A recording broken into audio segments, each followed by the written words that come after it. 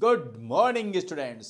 आज हम class 11th का चैप्टर नंबर 12 का अध्ययन करेंगे और जिसमें अध्ययन करेंगे मेयर संबंध।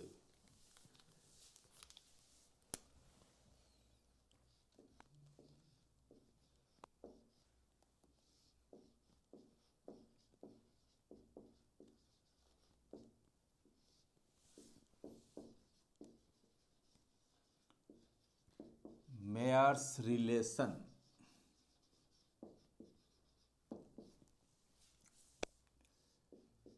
डियर स्टूडेंट्स, हमने पिछली क्लास में देखा था ऊष्माधारिता dq अपॉन dt और विशिष्ट ऊष्माधारिता dq अपॉन mdt।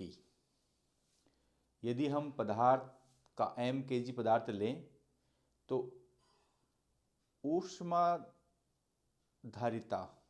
विशिष्ट ऊष्माधारिता में कन्वर्ट हो जाती है, जिसका हमने अध्ययन किया। अब यदि हम पदार्थ के एम द्रव्यमान की जगह यदि मोलों की संख्या ले लेते हैं तो वो विशिष्ट ऊष्माधारिता मोलर विशिष्ट ऊष्माधारिता बन जाती है। इन तीनों चीज़ों का हमने पिछले वीडियो में विस्तृत अध्ययन किया है। हम यहाँ केवल एक मोल के लिए मोलर विशिष्ट ऊष्मा का अध्ययन देखेंगे या उससे मेयर संबंध की व्युत्पत्ति करेंगे। तो मैं यहाँ लिख देता हूँ, एक मोल के लिए मोलर विशिष्ट ऊष्मा या विशिष्ट ऊष्मा धारिता भी बोल सकते हैं, और वो होती है आपकी dq अपॉन dt। देखो यहाँ पर म्यू आता है, जहाँ म्यू क्या होता है, मोलों की संख्या होती है, परंतु मैंने देखो पहले लिख दिया है एक मोल के लिए, तो म्यू इक्वल टू हो जाएगा 1। अब एक मोल के लिए स्थिर दाब पर मोलर विशिष्ट ऊष्मा, एक मोल के लिए मोलर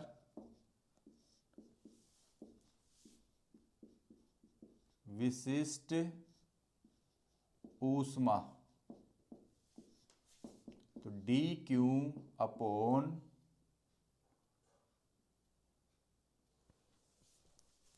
देखो थोड़ी लैंग्वेज और थी, स्थिर दाब पर एक मोल के लिए मोलर विशिष्ट ऊष्मा dq अपॉन dt। स्थिर दाब पर है तो P आ जाएगा। अब ऐसे यदि मैं लिखूं स्थिर आयतन पर एक मोल के लिए मोलर विशिष्ट ऊष्मा आपके हो जाएगी dq अपॉन dt v। अब देखो इस चीज को मैं चाहूं तो इतनी बड़ी लैंग्वेज नहीं लिख के इसको मैं ले सकता हूं Cp।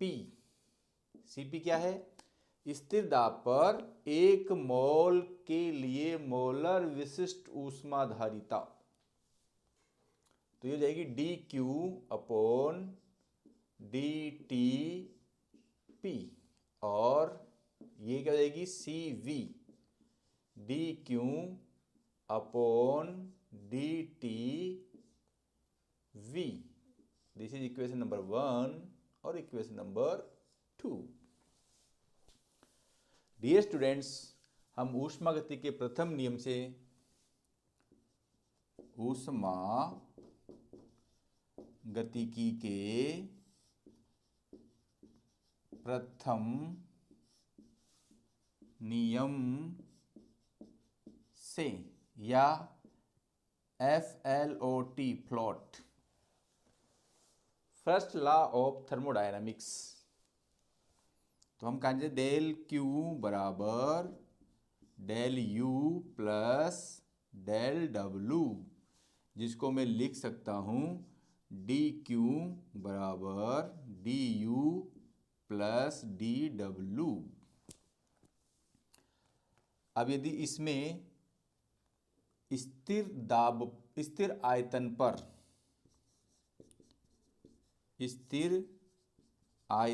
पर ये दे दो इक्वेशन नंबर 3, स्थिर आयतन पर dt से भाग देने पर, वर्ड देखो मेरा स्थिर आयतन पर, तो ये क्या जाएगा D Q upon D T, आयतन क्या है स्थिर, D U upon D T, आयतन क्या है स्थिर, D W upon D T, आयतन क्या है स्थिर। Equation number 4। अब देखो स्थिर आयतन है, इट मीन्स डी वी बराबर V2 माइनस V1 बराबर 0, और हम ये जानते हैं कि डी डब्ल्यू बराबर पी डी वी। देखो दाब बराबर होता है कार्य बटावा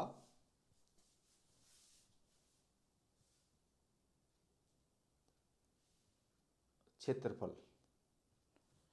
तो उससे यदि हम निकालें तो डी डब्ल्यू बराबर पी डी वी। अब देखो यहां पर डी वी क्या है, शून्य है, डी वी शून्य है, इसमें डी डब्ल्यू भी क्या होगा शून्य, तो डी डब्ल्यू समीकरण 4 में रखने पर डी डब्ल्यू बराबर शून्य, समीकरण 4 में रखने पर तो ये क्या हो जाएगा D Q upon D T स्थिर आयतन पर, और D U upon D T स्थिर आयतन पर, ये क्या हो जाएगा 0, तो ये हो गया आपकी इक्वेशन नंबर 5।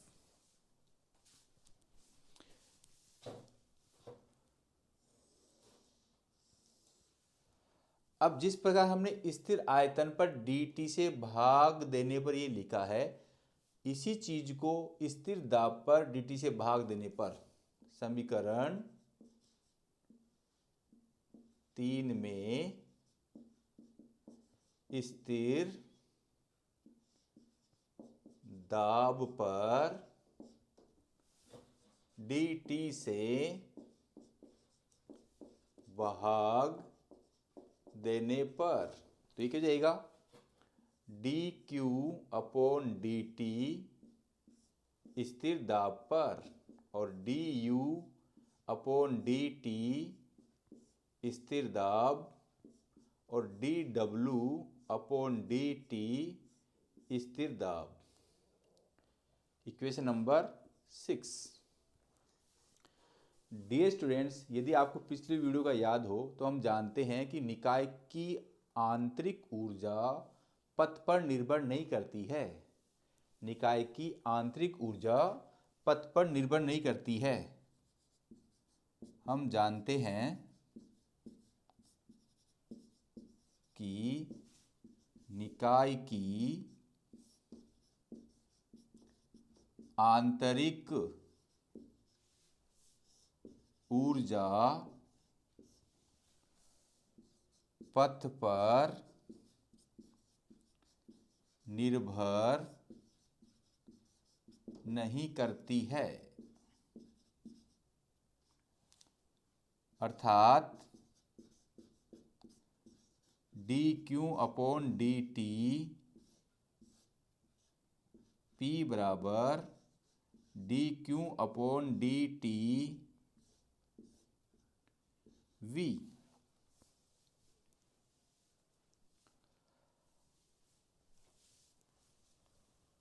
समीकरण 6 में D U upon D T P का मान रखने पर, तो क्या हो जाएगा, D Q upon D T P बराबर, देखो ये थोड़ी सी मैंने गलती कर दी थी, D U upon D you, और यहाँ पर भी या मैंने सही लिख दिया है, तो D U upon D T, P का मान कितना है v, plus D W upon D T P, समीकरण नंबर 7। इतनी बात समझ में आ गई होगी। अब हम क्या करेंगे, समीकरण 7 से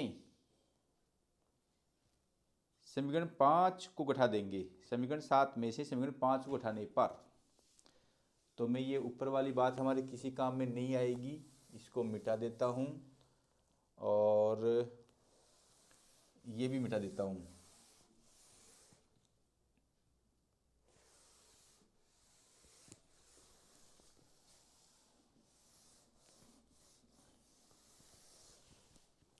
तो हम क्या करेंगे, समीकरण 7 माइनस 5 से, देखो D Q upon D T P, D Q upon D T P minus 5 में क्या है, लेफ्ट में से लेफ्ट जाएगा, D D Q upon D T we, स्थिर आयतन पर, ये स्थिर दाब पर, बराबर, देखो इसमें D U upon D T V और D W upon D T P है, और इधर D U upon D T V है, तो D U upon D T V से D U upon D T V तो कैंसिल हो जाएगा, क्या बचेगा, D W upon D T P.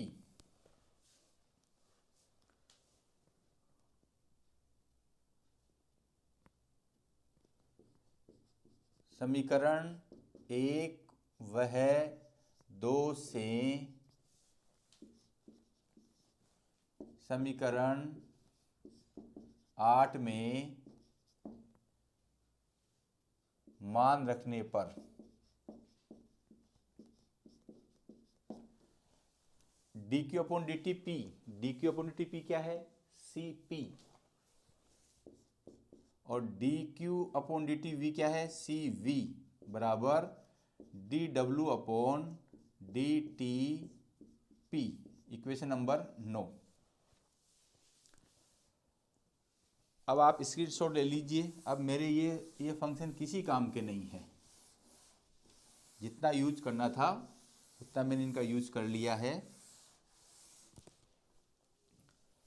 अब देखो, हम जो मेयर संबंध व्युत्पन्न कर रहे हैं वो 1 मोल के लिए कर रहे हैं, तो 1 मोल के लिए आदर्श गैस का अवस्था समीकरण,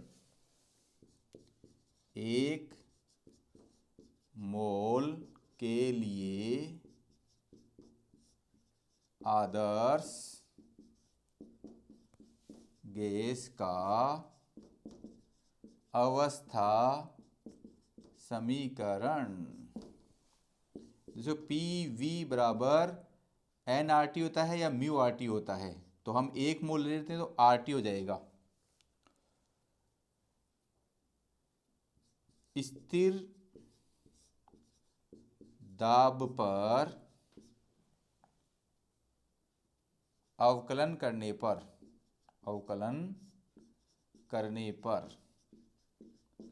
स्थिर दाब पर अवकलन करेंगे तो ये जाएगा P बाहर डी वी बराबर आर, क्योंकि कांस्टेंट है, ये सार्वत्रिक गैस नियतांक है, डी टी,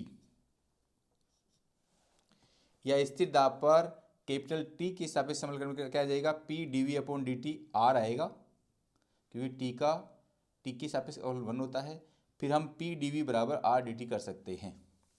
और हमने अभी देखा था P डी वी क्या होता है, डी डब्ल्यू बराबर आर डी टी, इसको हम लिख सकते हैं D W upon D T, क्योंकि ये प्रक्रिया किस पर है, स्थिर दाब पर, तो ये स्थिर दाब पर आर आ गई, इक्वेशन नंबर 10।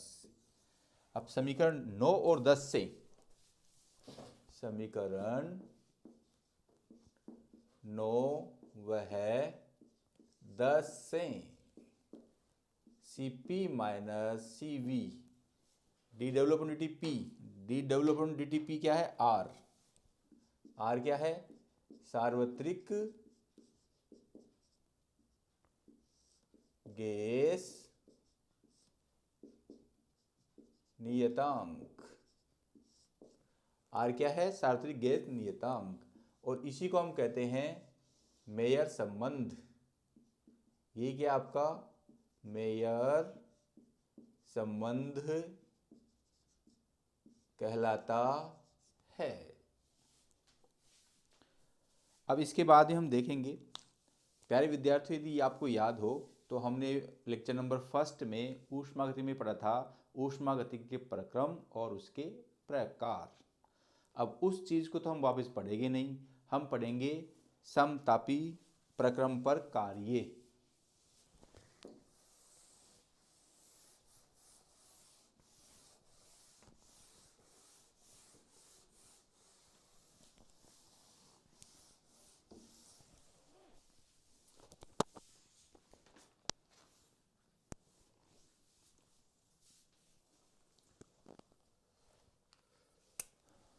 तो समतापी प्रक्रम में कार्य,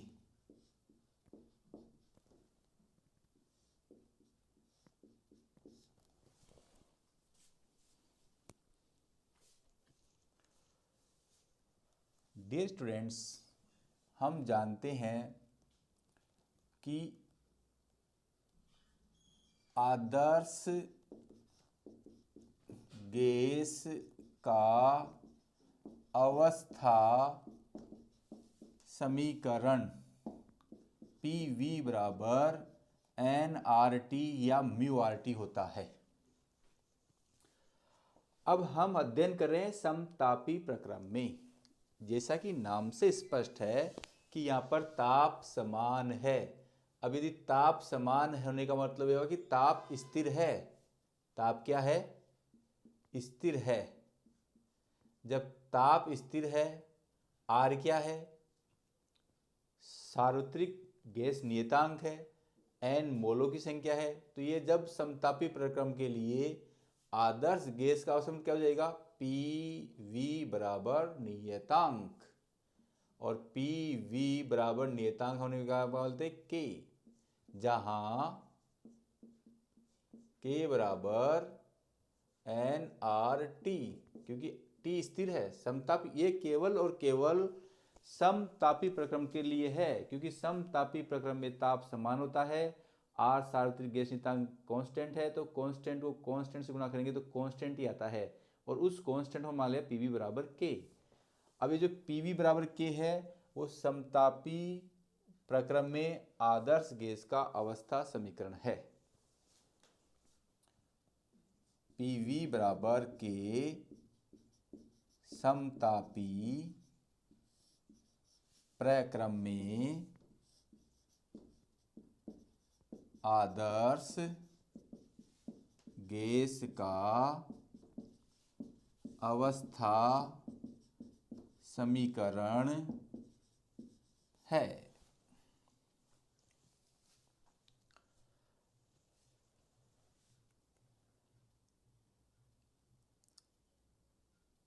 हम जानते हैं कि गैस द्वारा किया गया कार्य, गैस द्वारा किया गया कार्य W बराबर V1 से V2 PdV, ये अपन जानते हैं, क्योंकि इसका अध्ययन भी हमने पिछली वीडियो में किया है। हमने देखा था कि एक पिस्टन जिसमें गैस भरी हुई है, वो भरी हुई गैस कार्य करती है तो पिस्टन अपनी जगह से कुछ दूरी पर चला जाता है। उस दूरी को हमने क्या माना था, dx। अब dx विस्थापन में किया गया कार्य हमने निकाला था, और बाद निकाल के इस रिजल्ट पर आ गए थे, क्योंकि प्रारंभ में वॉल्यूम था V1 और अंतिम में वॉल्यूम हो जाता है V2। तो हमारा ये रिलेशन आया था जिसका हमने प्रूफ भी कर रखा है, तो मैंने यहाँ पर इस पर डायरेक्ट लगा दिया है। अब देखो PV बराबर K, तो डेट सिंपलाइज P बराबर K अपॉन V। यदि ये समीकरण नंबर 1 है और ये समीकरण नंबर 2 है तो समीकरण 1 और 2 से, या P बराबर K अपॉन V समीकरण 2 में रखने पर, P बराबर K अपॉन V समीकरण 2 में रखने पर, तो W बराबर क्या जाएगा, V1 से V2 K upon V dV के कांस्टेंट बाहर आ जाएगा, V1 से V2 dV अपॉन V। अब देखो हमने इंटीग्रेशन देखा था, integration of dx upon x is equal to log x। तो यहाँ पर x से क्या है, v है, तो क्या हो जाएगा log v, log v, v1 से v2, और ये हो जाएगा k log v2 minus log v1। और हम जानते हैं कि log m minus log n, log m बटा n, तो इसको मैं लिख सकता हूँ k w बराबर log v2 अपॉन v1।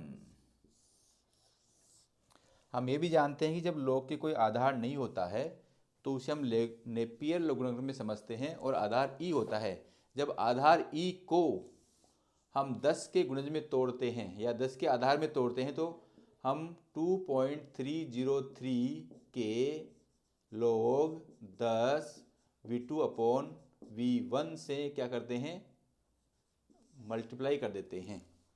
हम चाहें तो यहाँ k बराबर nRT भी पुट कर सकते हैं, और हम चाहें तो nRT को PV भी पुट कर सकते हैं। k को हम क्या पुट कर सकते हैं, nRT, क्योंकि nRT को हमने k माना है और nRT क्या है, PV। तो यहाँ पर k की जगह हम nRT भी रख सकते हैं और PV भी रख सकते हैं, क्योंकि ये हमारा ऑप्शन में कह रखा है ये पहले ही। अब यदि समीकरण 1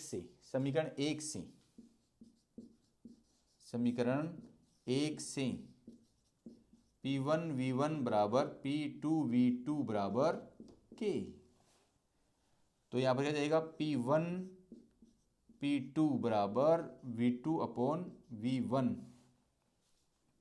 तो समीकरण 3 से V2 अपॉन V1 को हम क्या लिख सकते हैं, P1 अपॉन P2, तो W बराबर हो जाएगा 2.303 के log 10 P1 अपॉन P2। समीकरण नंबर 4। इसका अर्थ यह हुआ कि समतापी प्रक्रम में आंतरिक ऊर्जा का मान परिवर्तित नहीं होता है। समतापी प्रक्रम में आंतरिक ऊर्जा का मान परिवर्तित नहीं होता है। यदि हम किसी निकाय को जितनी ऊष्मा की मात्रा देते हैं उतनी ही मात्रा में कार्य किया जाता है। अब आप इसका स्क्रीनशॉट ले सकते हैं।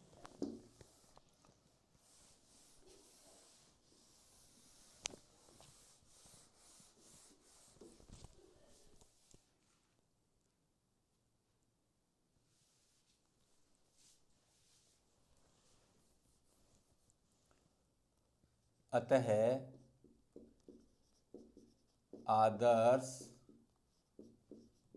गैस में समतापी प्रक्रम में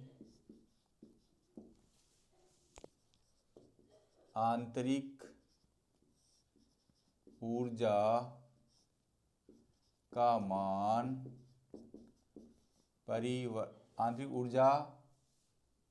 परिवर्तित नहीं होता है। अर्थात निकाय को जितनी ऊष्मा की मात्रा दी जाती है उतना ही कार्य होता है। तो Q बराबर W बराबर 2.303 के log 10 V2 अपॉन V1 बराबर 2.303 के log 10 P1 अपॉन P2। और मैंने बताया था कि K इजिकल टू हम NRT भी लिख सकते हैं और K इजिकल टू PV भी लिख सकते हैं। तो मैं चाहूँ तो इस चीज़ को यूँ भी लिख सकता हूँ Q is equal to W is equal to 2.303, क्योंकि अब आपने देखा था K is equal to NRT log 10 V2 upon V1 बराबर 2.303 NRT log 10 बराबर P1 अपॉन P2। और NRT बराबर क्या होता है PV। तो मैं इस चीज़ को लिखता हूँ Q बराबर W बराबर 2.033 PV log 10 V2 upon V1 2.303 PV log 10 P1 upon P2।